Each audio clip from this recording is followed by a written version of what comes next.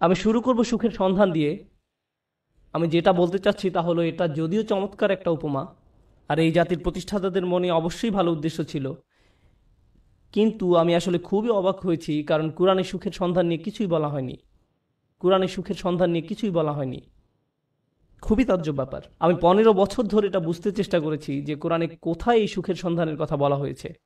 আল্লাহ এই ব্যাপারে কথা বলেননি, কিছুই বলেননি। আর এটা আমাকে ভাবায় যে আধুনিক সভ্যতার জন্য এত গুরুত্বপূর্ণ একটা ব্যাপার, মানুষ সুখী হতে চায়, কিন্তু আল্লাহ এই ব্যাপারে কিছুই বলেননি। কোরআনে এটা বলা নেই কিভাবে সুখের সন্ধান পেতে হবে। আর এটা খুবই আকর্ষণীয় ব্যাপার যে কোরআনের সবচেয়ে বড় যে অনুভূতির কথা বলা হয়েছে তা হলো সন্তুষ্টি।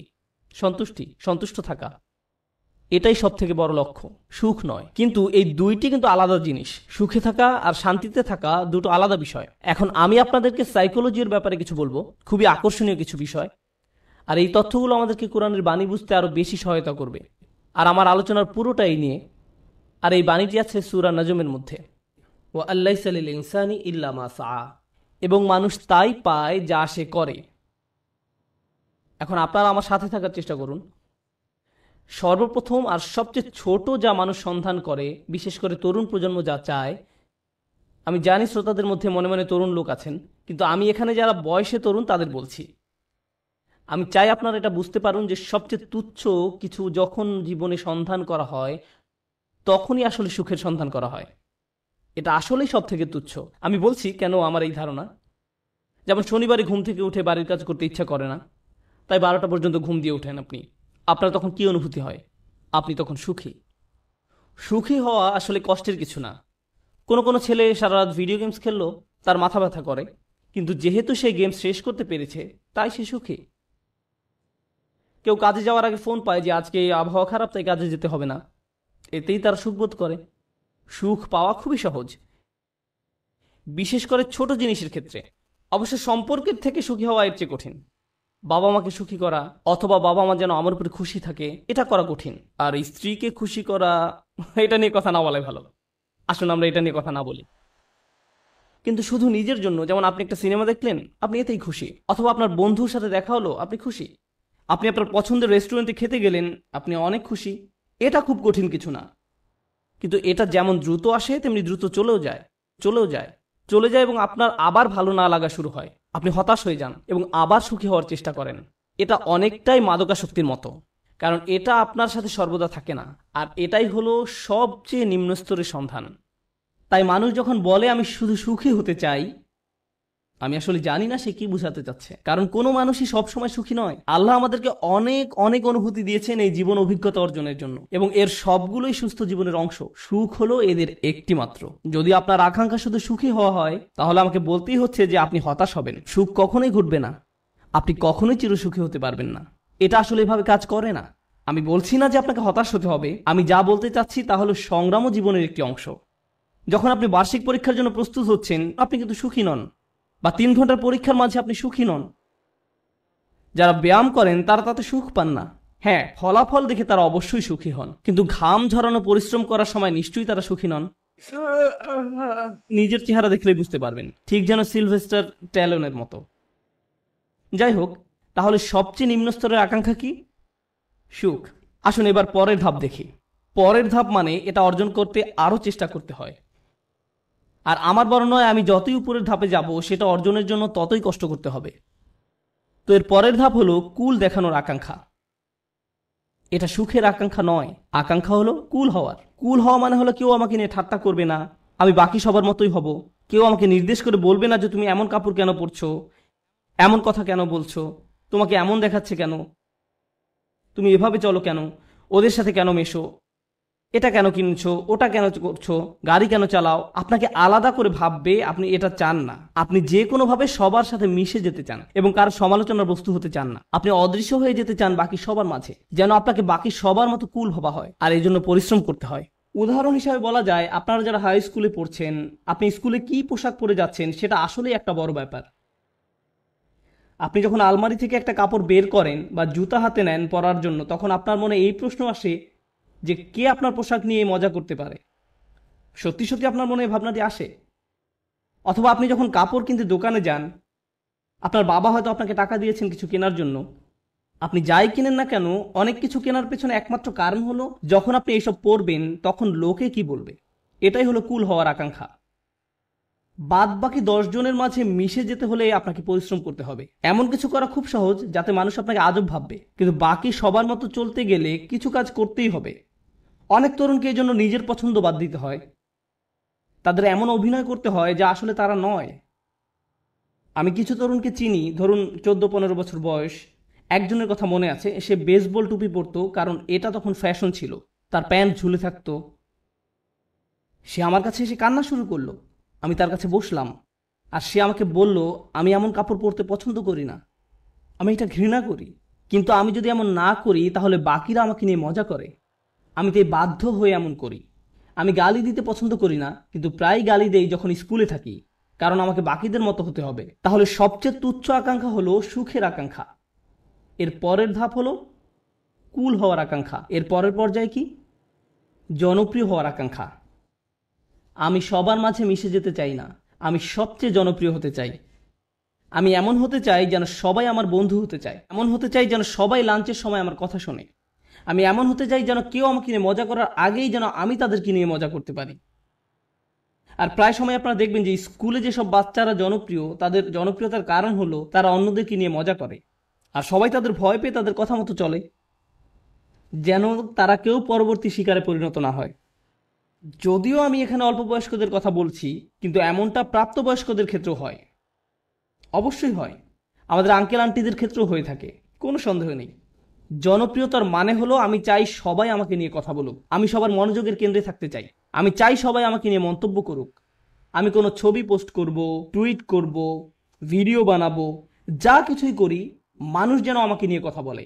যখন আমাকে নিয়ে কথা বলা কমে যাবে, তখন আমাকে নতুন কিছু আবার করতে হবে যেন মানুষ আমাকে নিয়ে মেতে থাকে।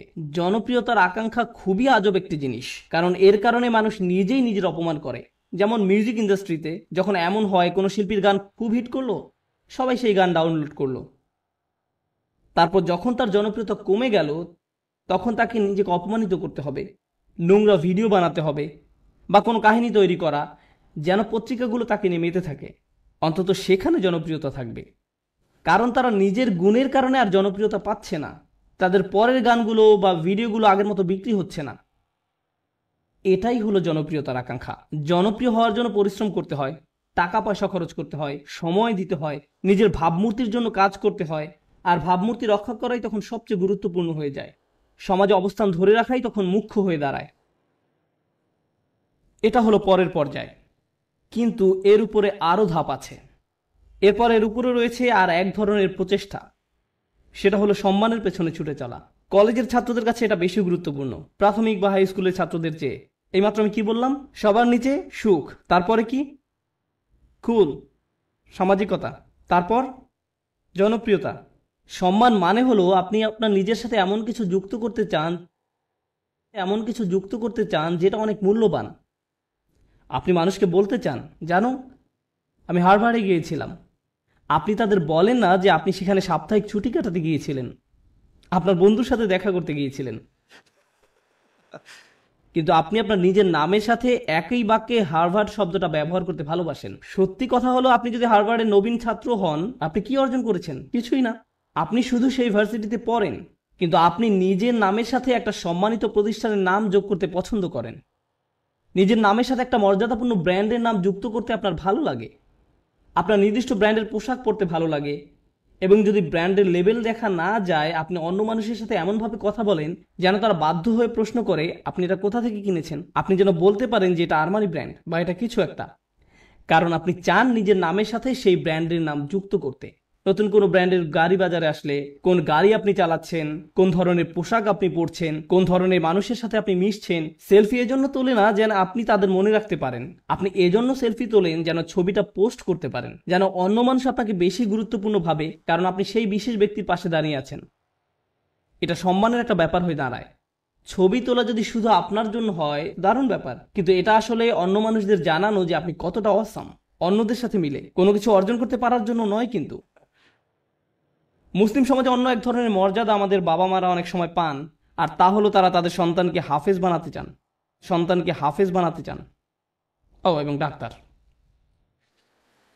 আর যদি হয় হাফেজ ডাক্তার তাহলে তো কথাই নেই, তারা দিন ও দুনিয়া দুটোই পেয়ে গেছে। রব্বানা আতিনা ফিদ দুনিয়া হাসানা ও ফিল আখিরাতি হাসানা, কাজ এখানেই হয়ে গেছে। কিন্তু তারা মানুষকে বলতে পছন্দ করে যে জানো সে একজন হাফেজ। কিন্তু দুর্ভাগ্যবশত এর জন্য আপনি আপনার সন্তানকে কোরআনে হাফেজ বানাননি। কিন্তু এমনটাই ঘটে থাকে। আমরা এখন কোন পর্যায়ে আছি? সম্মান। এটা অনেক বড় ব্যাপার হবে যখন আপনি আপনার প্রথম চাকরিটা পাবেন, হয়তো মাইক্রোসফট বা অন্য কোথাও, কে জানে। ধরেন আপনি বড় কোথাও চাকরি পেলেন, হয়তো গুগলে। তারা আপনাকে আপনার ব্যাজ দিবে, যেটা আপনি মসজিদেও পরে আসেন। যেন কেউ প্রশ্ন করে যে তুমি কি অনেক বেশি গুগল ব্যবহার করো যে তারা তোমাকে একটা বিশেষ ব্যাজ দিয়েছে, আর আপনি তখন বলার সুযোগ পান না না আমার সেখানে চাকরি হয়েছে। আপনি মানুষকে জানাতে চান যে আপনি কি অর্জন করেছেন। তাফাখুরুম বাইনাকুম, কোরআনে এটাকে এভাবেই বলা হয়েছে। অন্যদের দেখানোর ইচ্ছা যে আপনার কি মর্যাদা আছে। যাই হোক, আমি আবার একদম নিচ থেকে শুরু করতে চাই। প্রথমে কি ছিল? সুখ। দ্বিতীয়, সামাজিকতা। খুদ। তৃতীয়, জনপ্রিয়তা। চতুর্থ, সম্মান। তার উপরে টাকার পিছনে ছুটে চলা। কিছু মানুষ আছে যারা সুখকে পাত্তা দেয় না, তারা সামাজিকতার কথা ভাবে না, তারা জনপ্রিয়তা চায় না, এমনকি সম্মানও নয়। একটা জিনিসকে তারা গুরুত্ব দেয়, আর সেটা হলো টাকা। তারা জানে কিভাবে অনেক টাকা উপার্জন করতে হয়। এই মানুষগুলো ময়লা জামা, পুরনো ছেঁড়া জিন্স পরে থাকে, 88 মাজদা মিয়াটা গাড়ি চালায়, কিন্তু এই সব নিয়ে তাদের কোনো ভ্রুক্ষেপ নেই। কারণ তারা মাসে $10 মিলিয়ন উপার্জন করে। আমার এমন মানুষের সাথে দেখা হয়েছে যারা বছরে শত শত মিলিয়ন ডলার উপার্জন করে, এবং আপনি বুঝবেনই না সেটা। কারণ তার চুল উস্কো খুস্কো, তার মধ্যে এক অন্যরকম ভাব আছে যে সে ব্যস্ত, বা ব্যস্ততার জন্য নাও হতে পারে, কারণ সে এগুলো পাত্তাই দেয় না। সে শুধু জানে কিভাবে ব্যবসা করতে হয়। ব্যবসায় সে একটা বিস্ময়, আর সেটা নিয়েই সে শুধু চিন্তা করে। সে খালি এটাই চিন্তা করে যে বিক্রয় কিভাবে বাড়ানো যায়, কিভাবে ব্যবসার আরো সম্প্রসারণ হবে, কিভাবে আমি নতুন ওয়্যার হাউস খুলবো। সুবহানাল্লাহ, তারা অবিশ্বাস্য ধরনের মানুষ। যাই হোক, ময়ের উপরে উঠলে কি আরো কঠোর পরিশ্রম করতে হয়। সুখী হতে কোনো পরিশ্রম করতে হয় না, সবার মতো হতে কিছু পরিশ্রম করতে হয়। জনপ্রিয় হতে আরো কিছু কাজ করতে হয়। সম্মান বা সম্মানিত কিছুর সাথে জড়িত হওয়ার জন্য আরো শ্রম দিতে হয়। অনেক টাকা কামাতে হলে অনেক শ্রম দিতে হয়। এক অবিশ্বাস্য রকমের কর্মস্পৃহা লাগে। তারা কোনো বিরতি নেয় না। এর উপরে উঁচু স্তর আছে। যাই হোক, আমি যখন বলছিলাম কিছু একটা করতে বেশি শ্রম দিতে হয়, যখনই আমি কোনো উঁচু লেভেলের কথা বলি, আপনাকে সেখানে যেতে বেশি কষ্ট সহ্য করতে হবে। আপনাকে যন্ত্রণা সহ্য করতে হবে সেখানে পৌঁছাতে। সুতরাং আমরা এখন টাকার উপরে লেভেলে আছি, আর টাকার উপরে সেই মানুষটা শুধু 1 নম্বর হতে চায়। তারা যে কোনো কাজে চরম উৎকর্ষতা অর্জন করতে চায়। তারা অন্যদের ছাড়িয়ে যেতে চায়। আমি শুধু আমার কোম্পানির প্রোগ্রামার হতে চাই না, আমি এই কোম্পানির শীর্ষস্থানীয় প্রোগ্রামার হতে চাই। আমি শুধু এই ক্লাসের ছাত্রই হতে চাই না, আমি 1 নম্বর হতে চাই। আমি শুধু এসএটি পরীক্ষায় বেশি নম্বর পেতে চাই না, আমি সর্বোচ্চ নম্বর পেতে চাই। আমি শুধু বাস্কেটবল খেলোয়াড় হতে চাই না, আমি এনবিএ তে যেতে চাই, আর আমি এনবিপি হতে চাই। কখনোই খুশি হতে পারে না। তারা শুধু নিজেদেরকে আরো কঠোর পরিশ্রম প্রচেষ্টা চালাতেই থাকে। তারপরেও তারা নিজেদেরকে নিয়ে সন্তুষ্ট হতে পারে না। এই ধরনের মানুষরা তাদের কাজে চরম উৎকর্ষ অর্জন করতে সক্ষম হয়। সেটা পড়াশোনায় হোক, শরীরচর্চায় হোক, বা অ্যাথলেটিক হোক, তাদের কর্মক্ষেত্রে, তাদের গবেষণা যাই হোক না কেন, তারা তাদের শীর্ষস্থান অর্জন করা চাই। তাদের 1 নম্বর হতে হবে। নিজেদের নিয়ে কখনোই খুশি হতে পারে না। তারা নিজেদেরকে কার সাথে তুলনা করে এটা জানা খুব গুরুত্বপূর্ণ। নিজেকে তারা গতকালকের সাথে তুলনা করে। তারা আর কাউকেই পাত্তা দেয় না, কারো দিকে তাকায় না। তারা জানে তারা আরো ভালো করতে পারে, তাই তারা কখনোই সন্তুষ্ট হতে পারে না। তারা কখনো কাজ না করে বসে থাকে না। তারা সব সময় বলতে থাকে আমাকে আরো কাজ করতে হবে। অন্য সবাই হয়তো বলবে আপনি সত্যি বিস্ময়কর, কি চমৎকার কাজ করেছেন আপনি, তো তাতে কি, আমি জানি এর চেয়েও ভালো করার ক্ষমতা আমার আছে। তাই তারা মানুষের প্রশংসা, সুনাম কিছুকেই গুরুত্ব দেয় না। যারা ভাবে যে তারা আসলে দারুণ কাজ করছে, কিছুকেই গুরুত্ব দেয় না। তারা চেষ্টা করেই যায়। আর এমন একটা উদাহরণ হলো মাইকেল ফেলপস, ঠিক কিনা? কত মানুষ তার প্রশংসা করেছে সব রেকর্ড ভেঙে ফেলার জন্য। কিন্তু আপনার কি ধারণা যে সে বসে ভাবছে আমি তো রেকর্ড ভেঙেছি, এখন আমার সম্মান আছে, তাই আমি এখন কিছুটা অবসর নিতে পারি? সে কি অর্জনের চেষ্টা করেছে? উৎকর্ষতা। তাই সে কখনোই সন্তুষ্ট হতে পারবে না। সে চেষ্টা করতেই থাকবে, মেশিনের মতো সামনে যেতেই থাকবে আরো দ্রুত গতিতে। এমন মানুষ দুনিয়াতে খুব কমই আছে, খুবই কম। অনেকেই এখানে বসে আছেন যারা স্কুলে পাশ করার গ্রেড পেলেই খুশি। তখনই তারা সুখের খোঁজে প্লে স্টেশন নিয়ে খেলতে বসে যায়। আবার এমনও মানুষ আছে যারা 99 পেলেও নিজের উপর অসন্তুষ্ট হয়, কিভাবে আমি এই ভুলটা করলাম। এমনটা সাধারণত ছেলেরা করে না, মেয়েরা করে। উৎকর্ষতা অর্জনের ব্যাপারে কথা বলতে বলতে আরো একটা কথা বলতে চাই, যে আমি জীবিকা অর্জনের জন্য কি করি। আমার সত্যিকার অর্থে কোনো চাকরি নেই, কিন্তু আমার ক্যারিয়ারের একটা অংশ হলো যে আমি কম বয়স্ক ছেলে মেয়েদেরকে আরবি শেখাই। এটা একটা বেশ ইন্টেন্সিভ প্রোগ্রাম। তাদের আরবি কিছুটা শেখাতে 9 মাস লেগে যায়। ক্লাসের অর্ধেক থাকে ছেলে আর অর্ধেক মেয়ে, 30 জন ছেলে 30 জন মেয়ে। মেয়েরা গত 5 বছর ধরেই পরীক্ষায় ছেলেদের চেয়ে অনেক ভালো নাম্বার পেয়েছে, খুবই ভালো করেছে তারা। কিন্তু ছেলেরা ক্রমাগতভাবেই খুশি।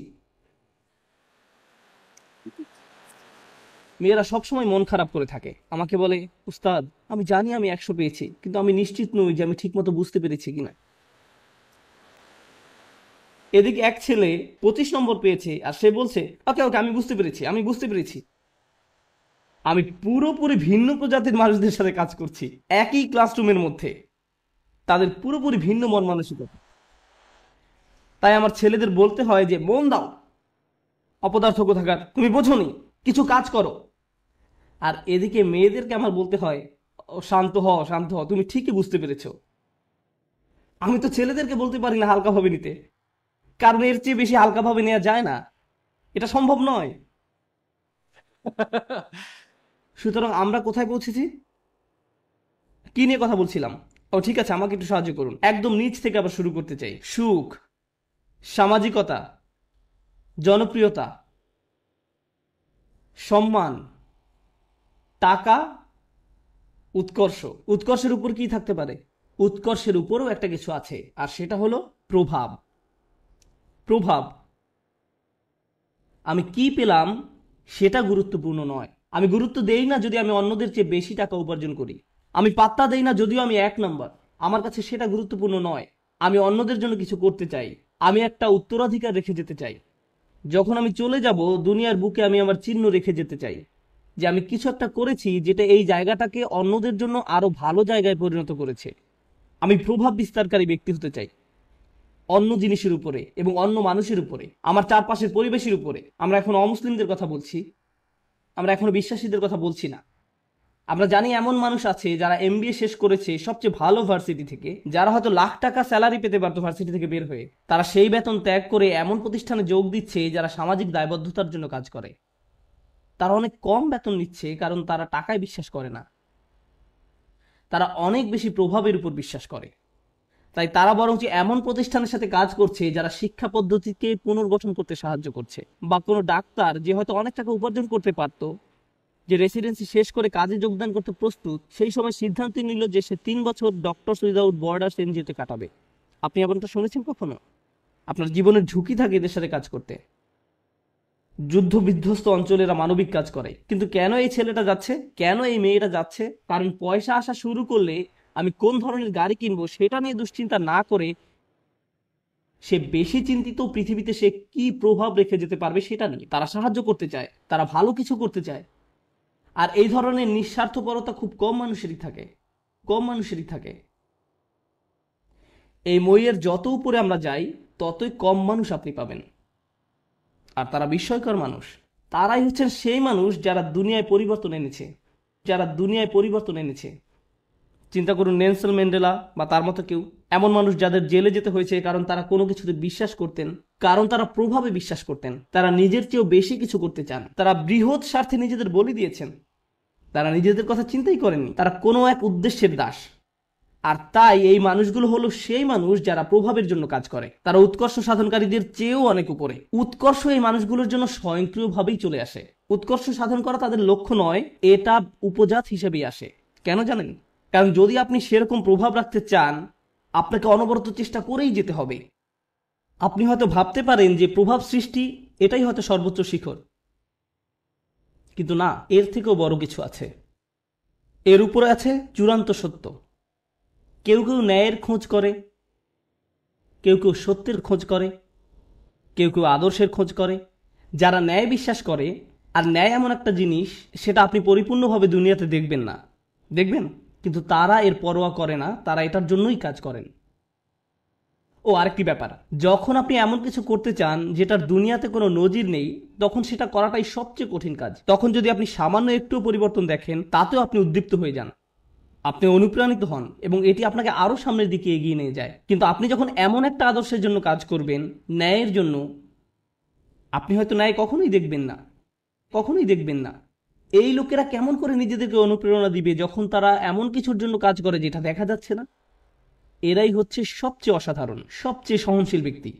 একবার তারা একটা আদর্শের পিছনে পড়লো, সবাই তাকে পাগল ভাবলো, কিন্তু তার কিছু এসে যায় না, তারা এগিয়েই চলেন। তাই এখন আমি শুরু করতে চাচ্ছি একদম সর্বোচ্চটা দিয়ে, যেটা হলো সত্যের খোঁজ। প্রসঙ্গত বলে রাখি যে আমাদের সকল নবী আলাইহিস সালামের পথই ছিল সত্যের অন্বেষণ, সত্যের অন্বেষণ। তারা মানুষের সাথে সত্যটা শেয়ার করতে আগ্রহী ছিলেন।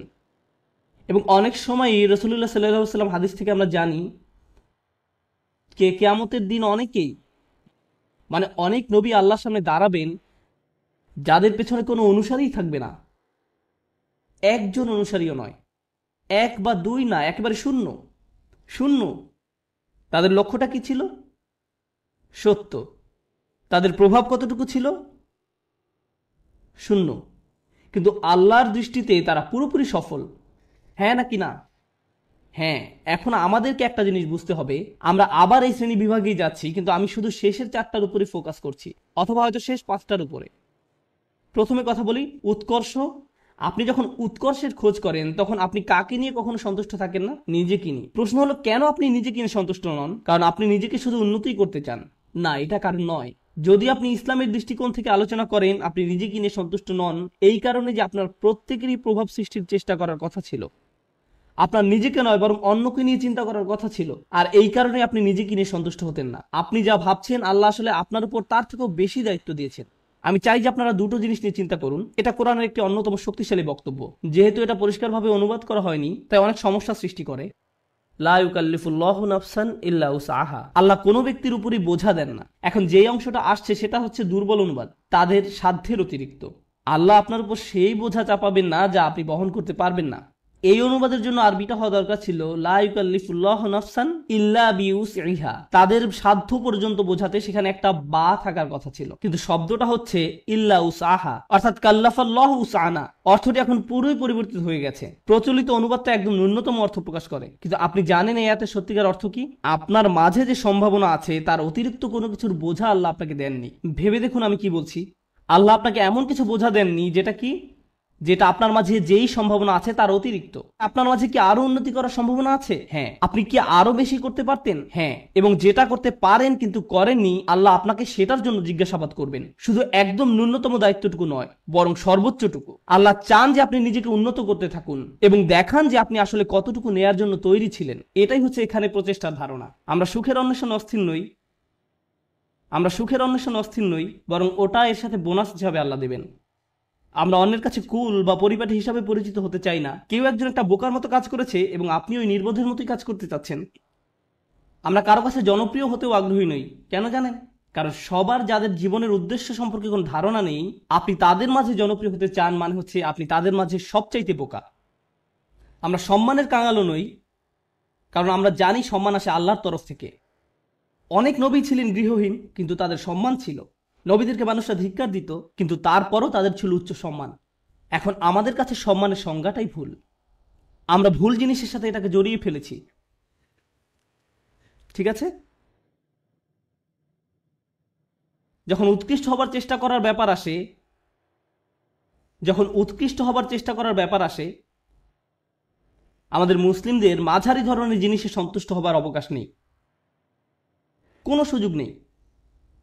আপনি একজন মুসলিম হিসেবে নিজেকে আরো উন্নত করার জন্য ক্রমাগত চেষ্টা করতে থাকবেন। আপনি যে কাজই করে থাকেন না কেন, আপনি যদি মুখস্থ করে থাকেন তাহলে আপনি আরো বেশি মুখস্থ করার চেষ্টা করুন। আপনি যদি পড়াশোনা করে থাকেন তাহলে আরো বেশি পড়াশোনার চেষ্টা করুন। আপনি যদি কাজ করে থাকেন তাহলে আপনি আরো বেশি কাজ করার চেষ্টা করুন। আপনি যদি স্বেচ্ছাসেবী হয়ে থাকেন তাহলে আরো বেশি স্বেচ্ছাসেবা করার চেষ্টা করুন, বিশেষভাবে যখন আপনার বয়স কম। কারণ এখন দায়িত্ব অনেক কম। কিন্তু আমার হোমওয়ার্ক আছে, হ্যাঁ, কিন্তু সেটা এমন কোনো দায়িত্ব নয়। দায়িত্ব তখনই আসবে যখন আপনি বিয়ে করবেন, যখন আপনার সন্তান থাকবে। এখন আপনি মুক্ত। এখন আপনার যে স্বাধীনতা আছে সেটা জীবনের আর কোনো পর্যায়েই থাকবে না। পেছনে বসে ভিডিও গেমস খেলার সময় নয় এটা। এখন শুধু বসে থেকে মুভির পর মুভি দেখা, মুভির পর মুভি দেখার সময় নয়। এখন সময় নয় যে নতুন অ্যাভেঞ্জার্স বা এরকম কিছু নিয়ে আপনি ব্যস্ত থাকবেন, এটা সেই সময় নয়। পুরো পৃথিবী অপেক্ষা করছে আপনি কি প্রভাব ফেলবেন দুনিয়াতে সেটার জন্য। আপনি এমনি এমনি বসে সময় নষ্ট করতে পারেন না। অন্যরা করতে পারে, ভালো, তাদের কোনো বৃহত্তর লক্ষ্য নেই, কিন্তু আপনাকে হতে হবে শ্রেষ্ঠ, কারণ আপনি এখন থেকেই প্রভাব সৃষ্টি করা নেই চিন্তা করেন। দর্শকদের মাঝে বসে থাকা প্রত্যেক তরুণ ছেলে এবং মেয়ের চিন্তা করা উচিত, আল্লাহ আমাকে কি দিয়েছেন, আমাকে আল্লাহ কোন গুণটি দিয়েছেন, এবং এই গুণটি দিয়ে আমি দুনিয়াতে কি পরিবর্তন আনতে পারি, এই গুণ দিয়ে আমি কি করব।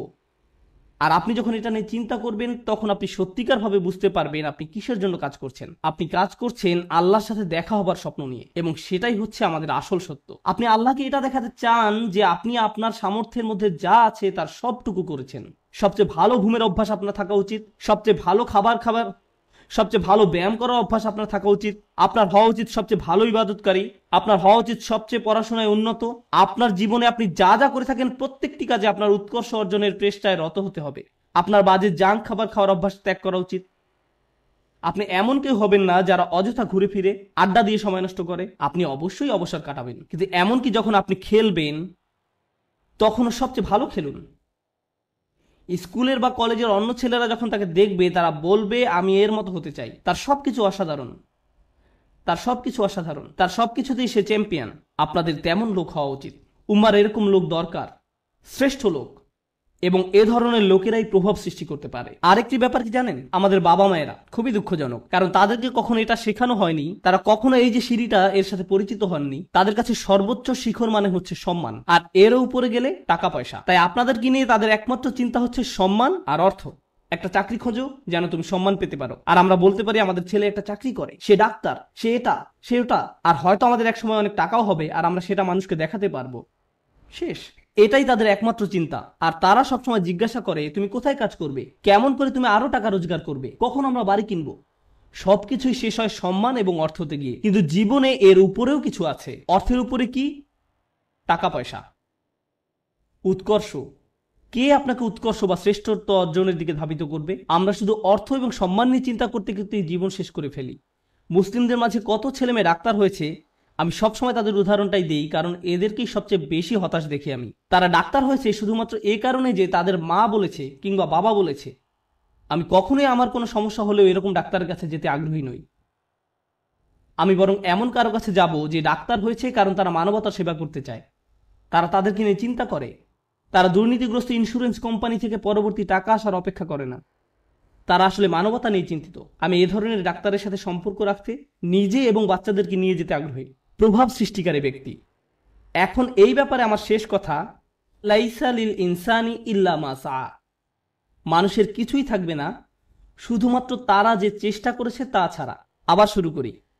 সুখের সন্ধান, কুল, সামাজিক বা পরিবারটি হওয়ার বাসনা, জনপ্রিয় হবার আকাঙ্ক্ষা, সম্মান পাবার আকাঙ্ক্ষা, অর্থপ্রাপ্তির আকাঙ্ক্ষা, উৎকর্ষ লাভের আকাঙ্ক্ষা, প্রভাব সৃষ্টিকারী হবার ইচ্ছা এবং সত্য পাবার প্রচেষ্টা। জানেন আল্লাহর কাছে সবচেয়ে মূল্যবান কোনটি? এই সব কিছুর মাঝে আল্লাহর কাছে সবচেয়ে প্রিয় হচ্ছে আপনার প্রচেষ্টা। অর্থ নয়, প্রভাব না, শ্রেষ্ঠত্ব না, এই সব কিছুই আসবে, কিন্তু আল্লাহ আপনার কাছ থেকে যেটা দেখতে চান সেটা হচ্ছে প্রচেষ্টা। প্রচেষ্টা। আমি আপনাদের বলেছি নবী আলাইহিস সালামদের কথা, যারা শেষ বিচারের দিন আল্লাহর সামনে দাঁড়াবেন কতজন উম্মত নিয়ে? শূন্য। কিন্তু তারপরেও আল্লাহ তাদেরকে জান্নাতের সর্বোচ্চ আসনে আসীন করবেন, কারণ আল্লাহ সম্মান জানাবেন তাদের প্রত্যয়কে, তাদের প্রচেষ্টাকে, তাদের চারিত্রিক দৃঢ়তাকে। তারা কঠিন সময়ে পড়েছিলেন এবং তারা সেটা মোকাবেলা করেছেন। যদি আপনি নূহ আলাইহিস সালামের প্রতি বছরের একটা প্রোগ্রেস রিপোর্ট দেখতে চান, চলুন একটা গ্রোথ চার্ট বানিয়ে দেখি কতজন মানুষ মুসলিম হয়েছে প্রতি বছর, যেমনটা করা হয় প্রতি বছর প্রতিবেদনে। কতজন মানুষ মুসলিম হয়েছে প্রতি বছর? 950 বছর। চার্ট নিশ্চয়ই ঊর্ধ্বমুখী ছিল না, বরং সেটা ছিল অপরিবর্তনশীল, এমনকি কখনো কখনো হয়তো নিম্নমুখীও ছিল। কেউ হয়তো ইসলামের খুব কাছাকাছি এসেছে, আবার দূরে সরে গেছে। এর মানে কোনো প্রভাব তৈরিই হয়নি। আমরা নূহ আলাইহিস সালামের কোন জিনিসটাতে এত সম্মান করি? ক্রমাগত এবং ক্রমাগত প্রচেষ্টা। আমাদেরকে হতে হবে ক্রমাগত প্রচেষ্টারত এবং প্রত্যয়ী মানুষ। আল্লাহর সামনে দাঁড়ানোর মতো কিছুই থাকবে না যদি আমাদের এই প্রচেষ্টাটুকু না থাকে। তরুণরা দয়া করে মনোযোগ দিয়ে শুনেন আমি কি বলছি। একটু চিন্তা করো, তোমার জীবনের সার্থকতা কোথায়? যদি তোমার জীবন মানে হয় শুধু একটা ভিডিও গেম থেকে অন্য ভিডিও গেম, যদি তোমার জীবন মানে হয় শুধু টিভি শো এর একটা পর্ব থেকে অন্য পর্ব, তুমি কিসের জন্য চেষ্টা করছো? এতে কি আসে যায় যদি তুমি একটা ভিডিও গেমে ট্রফি জিতো অথবা 100% সিনক্রোনাইজেশন পাও? এতে কি আসে যায়? কি এমন হবে এতে? পৃথিবীর জন্য তা কোনো পরিবর্তনই আনবে না।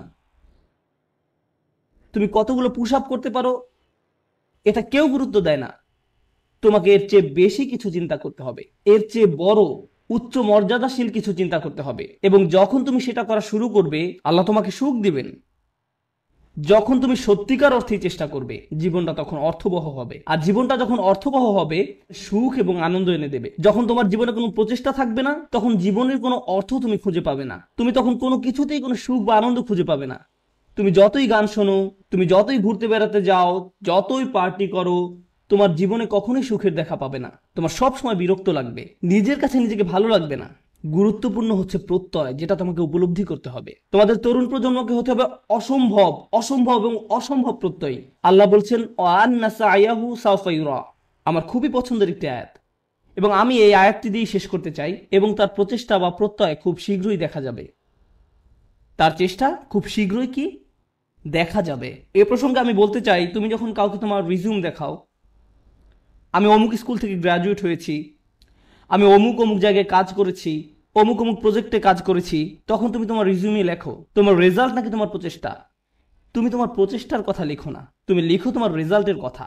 তুমি লেখো না যে তুমি আসলে অনেক কঠোর পরিশ্রম করেছো ফাইনাল সেমিস্টারে এবং পরীক্ষাটা দিতে গিয়ে অর্ধমিত হয়ে গিয়েছিলে। এগুলো তুমি তোমার সিভিতে লেখো না। তুমি লেখো তুমি অমুক অমুক প্রজেক্টে কাজ করেছো, কিন্তু এটা লেখো না যে তোমাকে অনেক অনেক কষ্ট করতে হয়েছে। তাই নয় কি? শুধু তাই নয়, কিছু কিছু সময় তুমি অনেক অনেক চেষ্টা করো কিন্তু তুমি পাস করতে পারো না। অথবা এরকম যে তুমি অসম্ভব রকমের চেষ্টা করেছো একটা প্রজেক্টের জন্য, কিন্তু সেটা সফলভাবে শেষ করতে পারোনি। অথবা তুমি তোমার আশানুরূপ গ্রেড পাওনি, যেটা তোমার পাওয়া উচিত ছিল। আমরা মানুষেরা মানুষকে কিসের ভিত্তিতে বিচার করি? আমরা মানুষকে বিচার করি রেজাল্ট দিয়ে। আমার এতে কিছু যায় আসে না যে তুমি কতটা চেষ্টা করেছো, তুমি আমাকে ফলাফল এনে দিতে পারোনি। আমার এতে কিছুই আসে যায় না যে তুমি কতটা চেষ্টা করেছো, তুমি পাস করতে পারোনি, গ্রাজুয়েট হতে পারোনি। বুঝতে পেরেছো ব্যাপারটা? কিন্তু আল্লাহ তোমার বিচার তোমার রেজাল্ট দিয়ে করবেন না। আল্লাহ তোমার বিচার করবেন কিসের ভিত্তিতে? প্রচেষ্টা।